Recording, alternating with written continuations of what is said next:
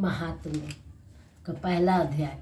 नैमिषारण्य तीर्थ में श्री शुक जी महाराज 88,000 शौनाकित ऋषियों से बोले, अब मैं आपको कार्तिक मास की कथा विस्तार से सुनाता हूँ, जिसे सुनकर मनुष्य सब प्रकार के पापों से छूटकर अंत समय में वैकुंठ को प्राप्त होता है।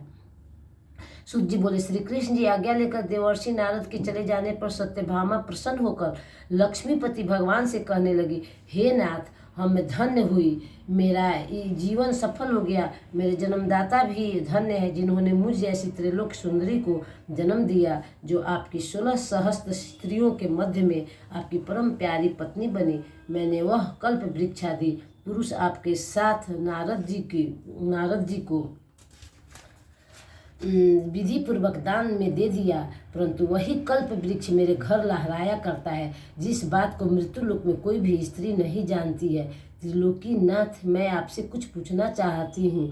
आप मुझे विस्तार पूर्वक कार्तिक माह की कथा सुनाओ, जिसको सुनकर मेरा हित हो तथा जिसके करने से कल्प पर्यंत भी आप मुझसे विमुख न हो। शुक जी बोले, सत्यभामा के ऐसे वचनों को सुनकर हंसते हुए श्री कृष्ण की सत्यभामा का हाथ पकड़कर तथा अपने सेवकों को वहीं रोककर विलास युक्त अपनी पत्नी को कल्प वृक्ष के नीचे ले गए और हंसकर कहने लगे कि हे प्रिय, 16,000 रानियों में से तुम मुझे प्राणों से प्यारी हो।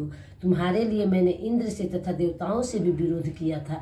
हे कांते, जो बात तुमने पूछी है उन अद्भुत बातों को सुनो। शुक जी बोले, एक दिन श्री कृष्ण भगवान ने सत्यभामा की प्रिय कामना के लिए गरुड़ पर सवार होकर इंद्रलोक जाकर कल्प वृक्ष मांगा। तब इंद्र के मना कर देने पर गरुड़ का इंद्र ने घोर युद्ध हुआ और गौ लोक में गरुड़ जी ने गौओं से युद्ध किया। गरुड़ की चोट से उनके कान और पूंछ कट करके गिर पड़े। उनके रुधिर से 3 वस्तु उत्पन्न हुई, कान से तंबाकू, पूंछ से गोभी और खून से मेहंदी। इन तीनों का प्रयोग करने से मोक्ष प्राप्ति नहीं होती। तब गौओं ने भी क्रोध में भरकर गरुड़ को मारा, जिसने उनके 3 पंख टूटकर गिर पड़े। इनके पहले पंख से नीलकंठ और दूसरे से मोर, तीसरे से चकवा चकवी उत्पन्न हुए। हे प्रिय, इनके दर्शन मात्र से ही शुभ फल की प्राप्ति होती है। यह सुनकर सत्यभामा बोली, हे प्रभु, मैंने पिछले जन्म में कौन सा ऐसे दान, व्रत और तप नहीं किए हैं। मेरा कैसा स्वभाव था तथा मैं किसकी पुत्री थी और मुझे मृत्यु लोक में जन्म लेना पड़ा। मैंने ऐसे कौन से शुभ कर्म किए जिसकी आपकी अर्धांगिनी हुई। कृष्ण बोले, हे प्रिय, जो तुमने पूर्व जन्म में शुभ कर्म किए हैं विस्तार पूर्वक कहता हूँ। पूर्व समय में सतयुग के अंत में मायापुरी में अनिगोत्र में देवशर्मा नाम का एक ब्राह्मण वेद वेदांत का जानने वाला रहता था और वह रोज अतिथियों की सेवा, हवन और सूर्य भगवान की पूजा किया करता था। उसका तेज सूर्य के समान तेजस्वी था। उसकी वृद्धावस्था में गुणवती नाम की कन्या हुई। उसका विवाह उस पुत्रहीन ब्राह्मण ने चंद्र नाम के अपने शिष्य के साथ कर दिया। चंद्र को अपने पुत्र के समान मानता था तथा चंद्र भी उसे अपने पिता के समान सम्मान देता था।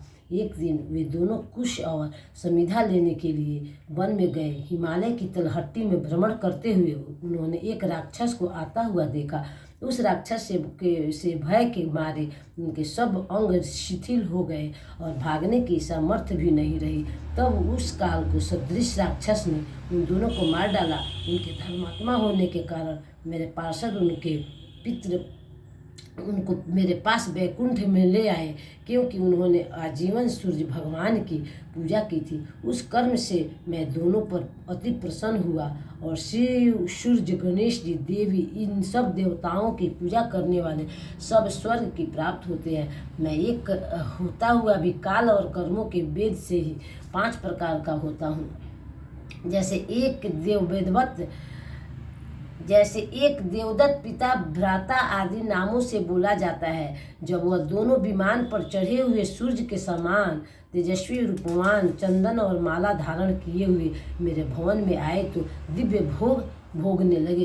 प्रेम से बोलो लक्ष्मीपति विष्णु भगवान की जय। पहला अध्याय समाप्त।